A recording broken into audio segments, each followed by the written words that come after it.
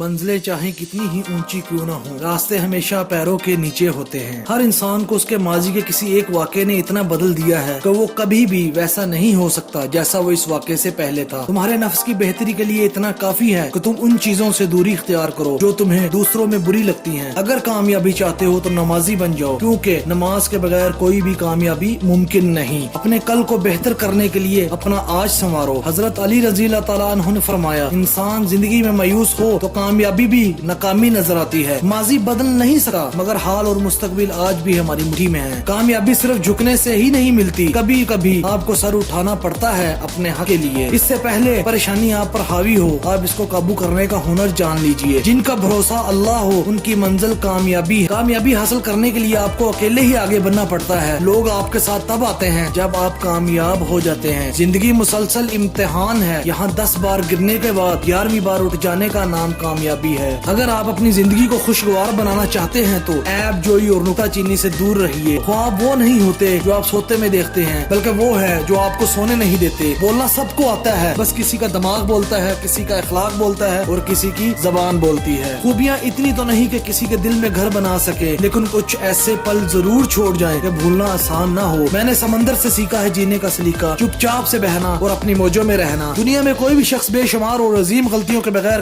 عظیم کامیابی حاصل نہیں کر سکا۔ زندگی کسی کی بھی آسان نہیں ہوتی، زندگی کو آسان بنایا جاتا ہے پیار سے، خلوص سے، اپنائیت سے اور سب سے بڑھ کر برداشت سے۔ ایک آدمی نے کسی بزرگ سے پوچھا، میرا اللہ اس وقت کیوں نہیں سنتا جب میں مانگتا ہوں؟ بزرگ نے مسکرا کر کہا، وہ تیرے گناہوں کی سزا بھی اسی وقت نہیں دیتا جب تو کرتا ہے۔ بچہ چاہے جتنی بھی آہستہ آواز سے روئے، ماں کو جگا دیتا ہے، تو وہ کیسے ممکن ہے کہ رب جسے نیند نہیں آتی اور نہ اونگ آتی ہے، وہ اپنے بندوں سے ماں سے 70 گنا زیادہ محبت کرتا ہے؟ اپنے بندے کی آہ پر اس کی فریاد نہ سنے، اپنے بندے کی حاجت نہ پوری کر سکے؟ اللہ سے گڑ گڑا کر مانگنے والے بنو اور مشکل آسان ہو جائے گی۔ اپنے حصے کا کام کیے بغیر دعا پر بھروسہ کرنا حماقت ہے، اور اپنی محنت پر بھروسہ کر کے دعا سے گریز کرنا تکبر ہے۔ صبر ایک ایسی سواری ہے جو اپنے سوار کو کبھی گرنے نہیں دیتی، نہ کسی کے قدموں میں نہ کسی کی نظروں میں۔ اپنے خیالوں کی حفاظت کرو کیونکہ یہ تمہارے الفاظ بن جاتے ہیں، اور اپنے الفاظ کی حفاظت کرو کیونکہ تمہارے اعمال بن جاتے ہیں۔